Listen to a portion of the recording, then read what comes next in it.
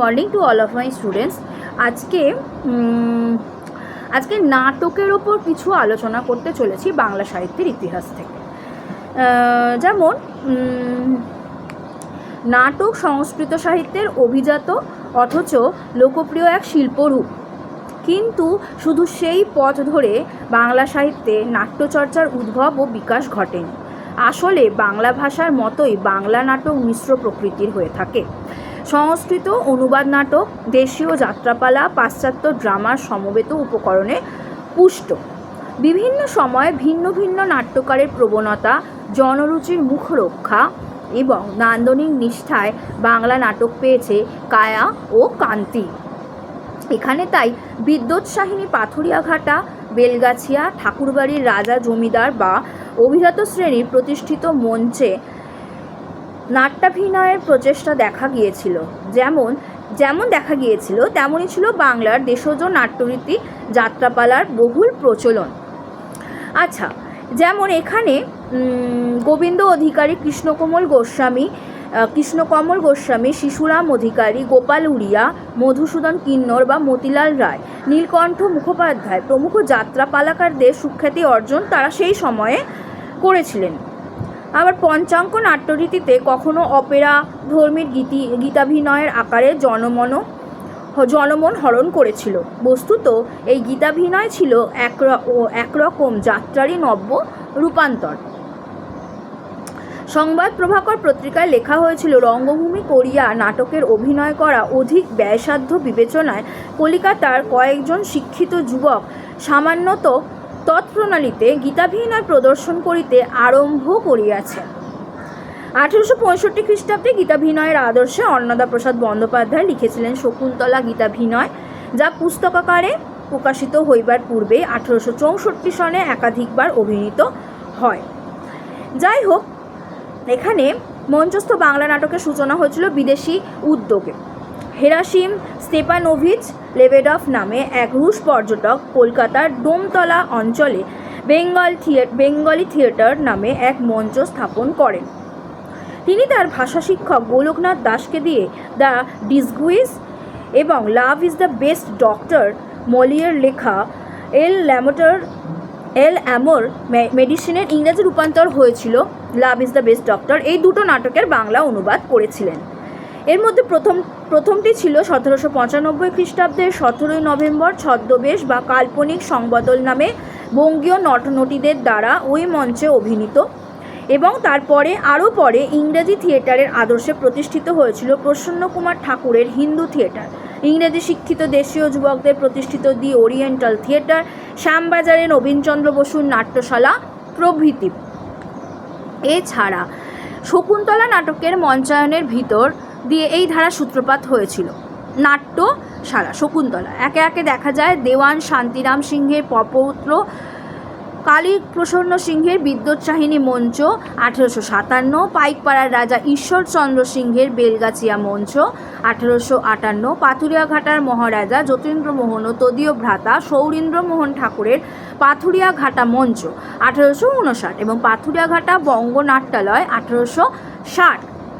এছাড়াও আমাদের শোভাবাজারের রাজা নবকৃষ্ণদেবের পৌত্র এবং রাজা রাধাকান্ত দেবের ভ্রাতা রাজা দেবীকৃষ্ণদেবের ও শোভাবাজার প্রাইভেট থিয়েট্রিক্যাল সোসাইটি 1865, আর প্রিন্স দ্বারকানাথ ঠাকুরের জোড়াসাঁকোর বাড়িতে গুণেন্দ্রনাথ ঠাকুর, যতীন্দ্রনাথ ঠাকুর, শারদা প্রসাদ গঙ্গোপাধ্যায়ের প্রতিষ্ঠিত জোড়াসাঁকো নাট্যশালা, যা 1866 প্রতিষ্ঠিত হয়েছিল।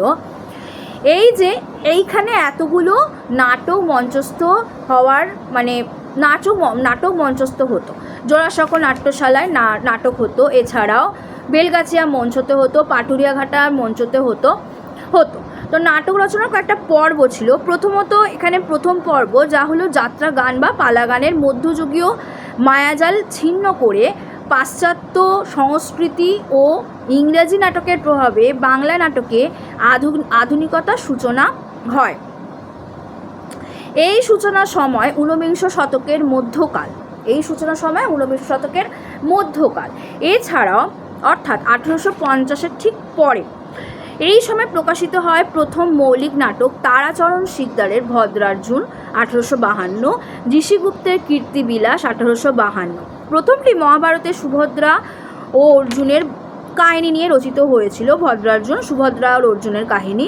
দ্বিতীয়টি বাঙালি পরিবারের সপত্নী সমস্যা ও বিমাতার ব্যবহার ইত্যাদি সমাজ সমস্যা ট্র্যাজেডির আদলে পরিবেশিত। তারাচরণ ভূমিকায় দাবি করেছিলেন এই নাটকের ক্রিয়াদি ও ঘটনাস্থলের নির্ণয় বিষয়ে ইউরোপীয় নাটক প্রায় হইয়াছে। এছাড়াও মার্চেন্ট অফ ভেনিসের অবলম্বনে হরচন্দ্র ঘোষের ভানুমতি চিত্তবিলাস 1853, শেক্সপিয়ারের এবং কৌরব বিয়োগ 1858, চারুমুখ চিত্তহরা 1864, রজতগিরি নন্দিনী 1875, কালীপ্রসন্ন সিংহের বিক্রমবর্ষী 1858, সাবিত্রী সত্যবান নাটক 1857, মালতী মাধব নাটক 1859 ইত্যাদি। সামাজিক নাটক ও প্রহসন। সমকালে সামাজিক সমস্যা নিয়েও নাটক রচিত হয়েছিল, প্রহসন রচিত হয়েছিল।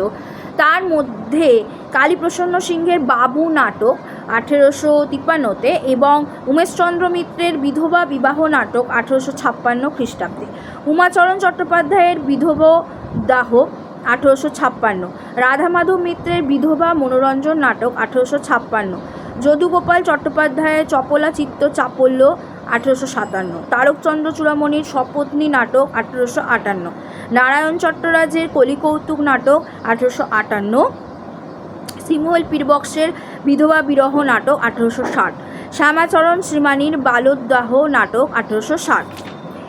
বাংলা নাটকের পর্ববিভাগ হয়েছিল 5টা পর্বে। প্রথম পর্ব 1852 থেকে 1872 খ্রিস্টাব্দ, দ্বিতীয় পর্ব 1873 থেকে 1900 খ্রিস্টাব্দ, তৃতীয় পর্ব 1900 থেকে 1926 খ্রিস্টাব্দ, চতুর্থ পর্ব 1927 থেকে 1941 খ্রিস্টাব্দ, পঞ্চম পর্ব ছিল 1941 থেকে 1960 খ্রিস্টাব্দ। তো এই গেল নাটকের ইতিহাসের সংক্ষিপ্ত আলোচনা, যেখানে পর্ব বিভাগগুলো ভীষণ ইম্পর্টেন্ট, 5টা পর্বে ভাগ আছে এবং সালগুলো ভীষণ ইম্পর্টেন্ট, যে প্রথম পর্ব, দ্বিতীয় পর্ব, তৃতীয় পর্ব, চতুর্থ পর্বের সালগুলো কত সাল থেকে কত সাল পর্যন্ত। আজকের আলোচনা এই পর্যন্তই। ভিডিও ভালো লেগে থাকলে অবশ্যই চ্যানেল সাবস্ক্রাইব করে বেল আইকন দিয়ে দিও এবং অবশ্যই বন্ধুদের সাথে লাইক করে শেয়ার করে কমেন্টে জানিও তোমাদের কেমন লাগছে। আর আজকের এই পর্যন্তই। Thank you.